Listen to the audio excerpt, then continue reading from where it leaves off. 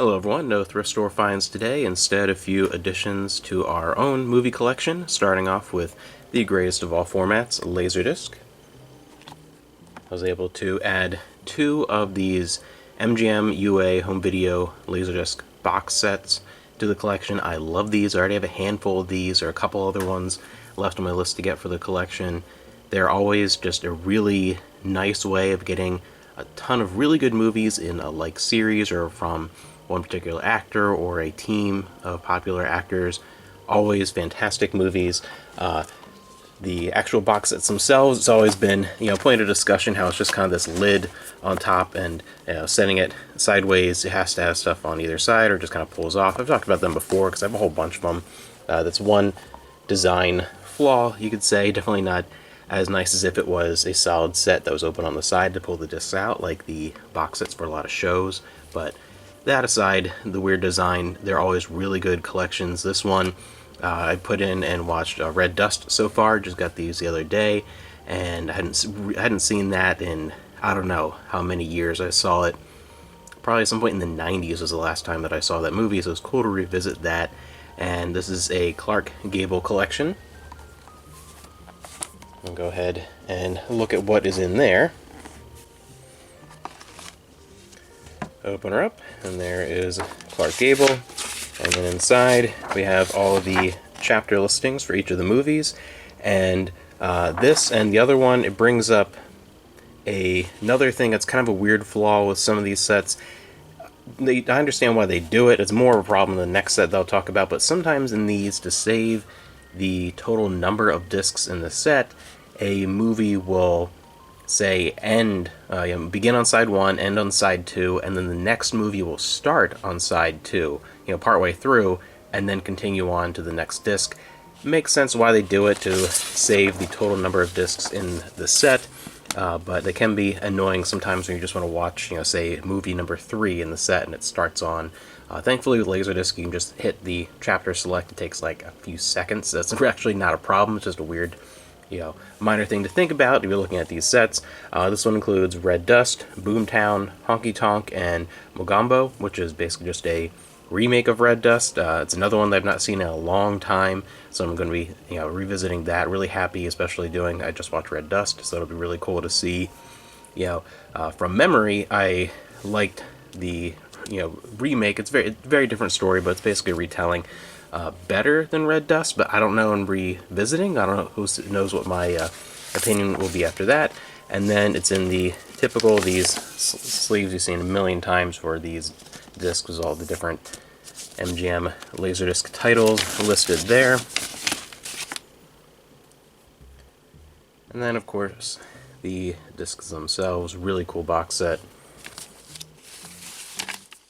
And keeping in theme, the next one I got from the same seller, so I got both and then got 10% off the total, which was really good because they're cheap to begin with. That's another thing about a lot of these sets. I got the Gable and Crawford collection. Another one of these from the same collection, the same type of box set, and on the back, this one's really cool. It includes 6 movies, so that is a really good deal. This was, even with shipping, splitting up the order, this was no more than $20, probably less than $20 to get 6 classic movies. That's really cool. Definitely, it's about almost 10 hours worth of Gable and Crawford. A Strange Cargo, Dance Fools Dance, Possessed, Love on the Run, Forsaking All Others, and Chained. And I'm really excited because I've never seen Dance Fools Dance. It's the only one I've never seen ever in this set, so it's always really cool when there's one included that you've never seen. And I love these sets. They're just a great way to revisit a lot of, or explore for the first time, a lot of movies, in particular stuff from the 30s and 40s into the very early 50s is the majority of these sets that I've looked into over the years. And again, we have another insert talking about the collection.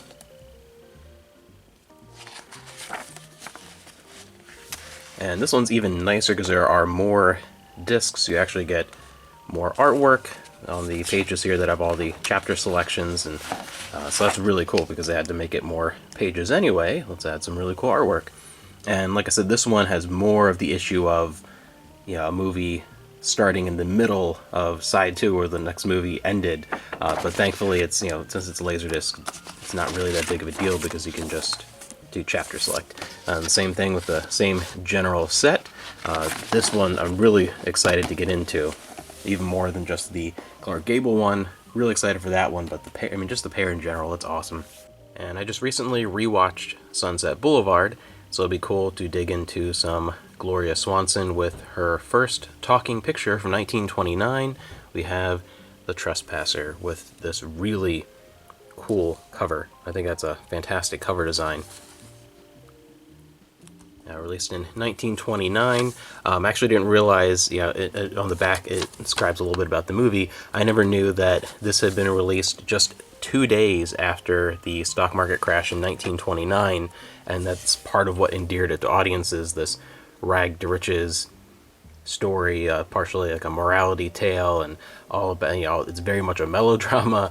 It's a good movie, and it's just funny that, timing wise, that was really perfect for a lot of the themes and helped it out. But again, really cool cover design. It is an alpha video, so it's not the best in terms of the picture quality, but it's another one of those that there aren't a whole lot of options out there that really have, brilliant picture quality. That's the other thing with even some of these, a lot of these LaserDisc releases, a lot of these either don't have a very good DVD copy or the best quality copy for some of them.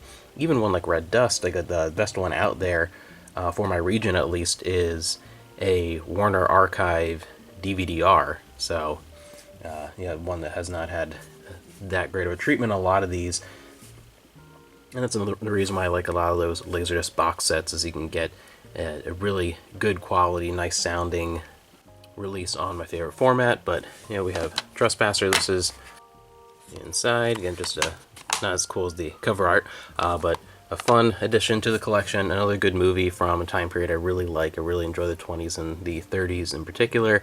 And that is it for today. Actually, I have 2 other additions to the collection that I got at the same time that haven't arrived yet. 2 other older movies, those will show up, and Amanda's added some PS4 games to her collection, so stay tuned for that.